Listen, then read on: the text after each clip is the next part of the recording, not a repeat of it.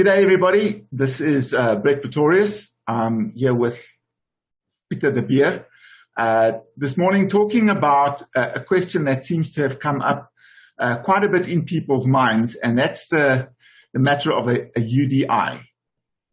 So I'm going to ask Peter just to start off with, what is this UDI? Peter, how do we understand a UDI? All right, the term UDI, Unilateral Declaration of Independence, and I'm not sure if there's a formal Afrikaans translation, maar vir die Afrikaanse mense, eensydige verklaring van onafhanklikheid. Dit is 'n term wat eintlik begin het toe Rhodesia in 1965 hulle onafhanklikheid van die Britse regering van die United Kingdom. They declared independence from the United Kingdom. They claimed it from the United Kingdom and broke away through declaring a unilateral declaration of independence. So we are dependent. We're not depending on the United Kingdom anymore. And they had their reasons and they broke away. So Rhodesia het hierdie term in die internasionale gemeenskap eintlik afgeskop. And that is where it originates from. If that was your question. Yes, yes. So a unilateral declaration of independence. That's what a UDI is. And what is it used for? Can any country just say we have a UDI and we are now going to be independent? So, for example, in the Western Cape, they're talking about the referendum and so on. Why don't they just have a UDI and be independent? After all, that's what they want, or what they say most people want. Yeah, there are certain conditions. I mean, in Rhodesia's case, that was colonialism that they actually got rid of. So a lot of countries, even in the history of countries that seceded or broke away and claimed their independence, was through, as we all know, through ending colonialism. You know, after World War II, a lot of countries were managing, if you want to call it that, other countries, you know, and they took control of certain areas, regions, and which became countries at the end of the day again, when they were allowed to be independent from the especially United Kingdom, British rule, German.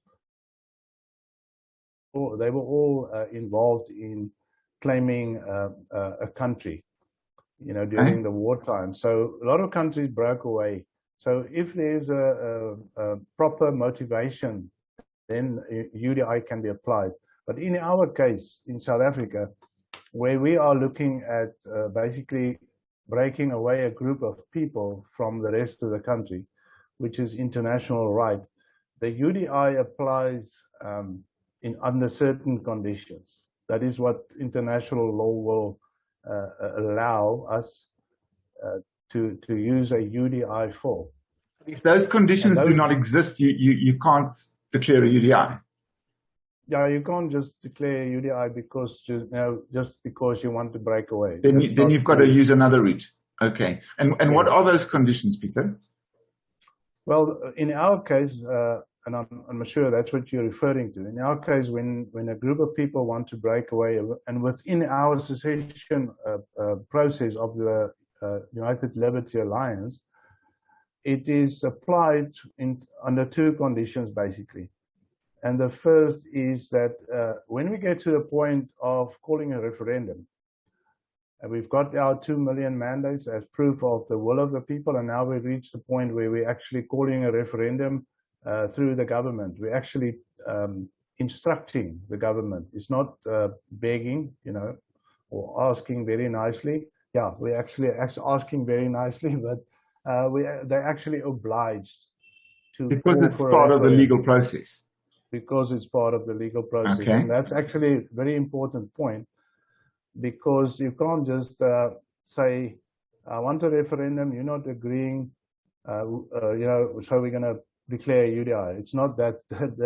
You've got to have your ducks in a row. You've got to have your legal build up to that point. Has got to be intact. Everything is got to be done. Okay. So net om myself te herhaal in Afrikaans, wanneer mens UDI of 'n eensydige onafhanklikheidsverklaring wil uitreik, dan moet jy die terme van ons proses, wat die cessering is, waar 'n groep mense gaan wegbreek van die res van die land, en ons het die mandate van 2 miljoen, wat vir ons bewys dis die wil van die mense om weg te breek, en nou gee ons aan die regering 'n instruksie om 'n referendum uit te roep, wat 'n wetlike aksie is, 'n wetlike versoek, en dit is 'n wetlike versoek omrede die VVA alreeds die 8 jaar proses met al die vereiste stappe reeds gevolg het. Daarom het die VVA dan die mag, die reg, om daardie versoek terug aan die regering. So dit is die een punt. Nou as ons daardie punt bereik, en die regering weier om die referendum uit te roep, of hulle sou dit ignoreer, soos wat we alreeds baie gedoen het met ons kommunikasie, dan is dit die reg van die VVA om daardie UDI dan te verklaar. So yeah, when we get to the point where the government then refuses to acknowledge the call for a referendum, or they ignore it plainly, like they've done before, with all communication from the ULA, then the ULA has the right to call for a UDI. Okay, but up until that point, there's a very specific process dictated to by international secession law that had to be followed, am I right? In order to put our leadership in a position to say, right, we can now call it a UDI, because this process has been followed exactly as prescribed. Yes. Right? Okay. 100%, because the one requirement that will come up is if you want to declare a UDI, again, another country, one other independent country has to give their consent. They have to ratify this. Okay. So een ander land sal moet die UDI erken en sê ja, die UDI wat jy wil aankondig is legitimate. Dit is 'n wet, dit is geregverdig. So it's not just a case of UDI and tomorrow we're a new country and now Wadi Fla.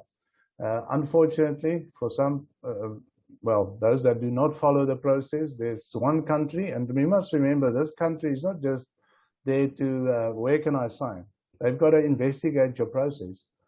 And because they are acting on behalf of the international community. Right. And if they are proxy to the rest of the 100 and whatever countries that will look at this, they got to be certain that they do things within the international law. So dit is nie net 'n kwessie van daardie land kom teken gou-gou, waar moet ek teken en dat ons kan gaan wyn drink nie. Hulle moet die res van die wêreld verteenwoordig met daai ondertekening en sê yes, ek stem saam want julle het al hierdie stappe gedoen, ek het al julle dokumente deurgegaan, 100%, julle kan 'n UDI verklaar en dan die proses afsluit. En is ek reg om te sê dat geen land gaan op hierdie stadium sê ja, ek sal julle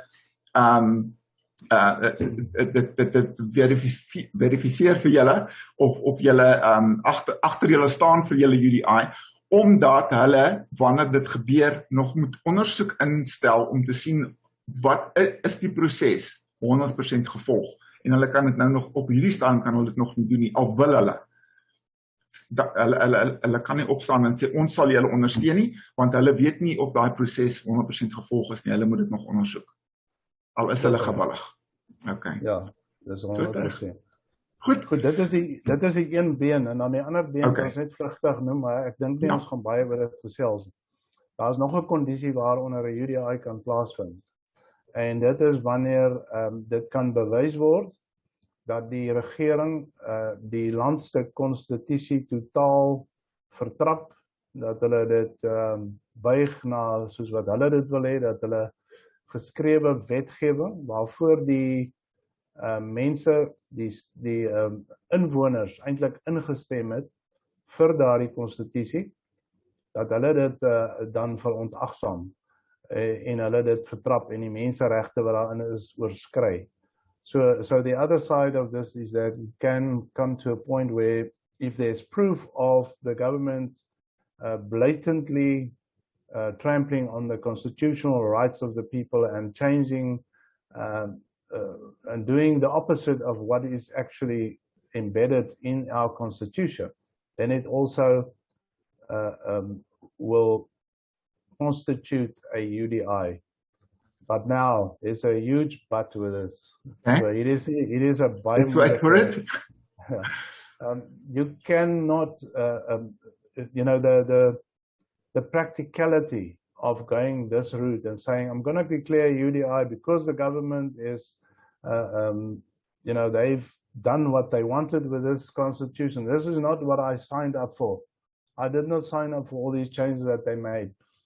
There was no referendum on changing law. They just went and did whatever they wanted. Now we know that's the situation that is happening in the country. Correct. And the but that I'm going to name here is it's extremely, extremely time consuming and costly, because this has to go to the criminal courts, international criminal court basically. And it's immensely time consuming with a lot of red tape that's going to be involved. And you can think, especially in today's world where we've got more enemies than friends, that this is going to be court case upon court case upon court case, very expensive and time consuming. It's going to take you don't know how many years to do that. So it's not really an option for us. Yeah, and in the meantime, in the meantime, the government is carrying on enforcing the rules that they've changed the constitution for. While, yeah, it doesn't seem like a very good option. Skus, Pieter, antwoord? Ja, ek wou net gou in Afrikaans ook verduidelik het vir die Afrikaanse mense. Asseblief, ja. Ja, dit is maar net as die regering dan nou hier oortreding gedoen het en die konstitusie verander soos hulle wil, wat hulle reeds doen, ons weet dit. Die groot probleem hiermee om daardie aan te spreek of ons daardie weg te hardloop en sê nou gaan ek 'n UDI kry want ek gaan die bewys lewer dat hulle al hierdie dinge doen en jy neem hierdie dan na die internasionale hof, na die wêreldhof, dan raak dit ontsettend tydsaam en verskriklik duur. Want dit gaan jare en jare en jare aangaan en hulle gaan dit teenbewyse bring en hulle gaan allerlei dinge doen wat tipies hulle gaan in daardie hof probeer hulself verdedig. En die ondersteuning weet ons sal ook nie daar wees van 'n regskant. So dit gaan 'n baie moeilike en ontsettend, soos ek sê, hy ken die hy kan dalk vir nog 'n bedrag ook gee wat so iets kan kos. Maar dit is heeltemal prakties onmoontlik om dit te doen. So ons bly daarom by die normale proses van de jure en sou ons dan by die punt kom waar die referendum geïgnoreer word, dan ons moet steeds die opsie vir UDI. So we will always have the option once now that we have followed now you can understand why the ULA has been so very diligently following international law. Because if you don't do that, if you don't do your homework properly, there's a point where you're going to have to go back, turn around. We don't want to turn around. There's one way we're going to end this process, whether by normal referendum or whether by UDI. Dear, thank you so much. Thank you for your leadership in the marketing team. And just in closing, net om af te sluit, could you just give us a very quick summary of what is the shortest route from A, where we are now, to B, where we can call for that referendum, so that everybody listening now and everybody who's going to watch this video in future can know what to do? Well, I think we are on the shortest route and the safest route. Okay. The best choice we want to exercise without major life losses and discomfort and whatever. We have the luxury of being able to prepare for what's coming. So we got to use that to the best of our advantage, and that means that we got to get those mandates. And if every person just every day just inform 4 more people and give them mandates. Inform them properly of what the process is about, of what we're looking for. We're looking for freedom and nothing else. We're not looking for political status. We're not looking for personal, shine and spotlight. We're looking for everybody's freedom. So die oplossing is eenvoudig en dit is nou op hierdie oomblik die veiligste en die wetlike manier wat hulle eintlik niks kan aandoen nie. Jy weet, al spartel hulle hoe hard om hierdie proses te stop. It will happen. Hierdie gaan gebeur. En al wat ons dit kan doen is as elke persoon net hierdie woord versprei en nog 4 of 5 mense elke dag net kry wat op jou lysie is van netwerk en sê vir hulle gee jou mandaat, dan gaan ons hierdie doelwit baie vinniger bereik. En as ons die 2 miljoen mandate het, dan is ons by die laaste hekkie. En dit is om daai referendum te vra en dan gaan ons weet waar ons staan. Ons kry die referendum of hulle weier hom. So we will know once we get those 2 million mandates, we will come to the final hurdle and end this process and get our freedom that we deserve. Just to emphasize, giving your mandate is not committing to anything. It is simply your show of support, your show of agreement that we need to move forward and have our own independent sovereign country, right? Yeah, you will not be blacklisted, whitelisted, or anything. You're not signing a membership with the ULA. You're not signing a membership with anybody else. You're not doing a political mandate or a vote. Basically, you're only saying, yes, I agree. I want to break away. So jy gee geen stemming, jy sluit nie aan by die VVA nie, jy het nie 'n lidmaatskap nie. Jy sê basies net, ja, ek is deel van die mense wat sê ons wil wegkom. Dis al wat jy doen. Niks meer. Okay. Pieter de Beer, bye donkey. Thank you very much everybody for watching this. This is Brett Pretorius and we're signing off until next time. Bye-bye. Bye-bye.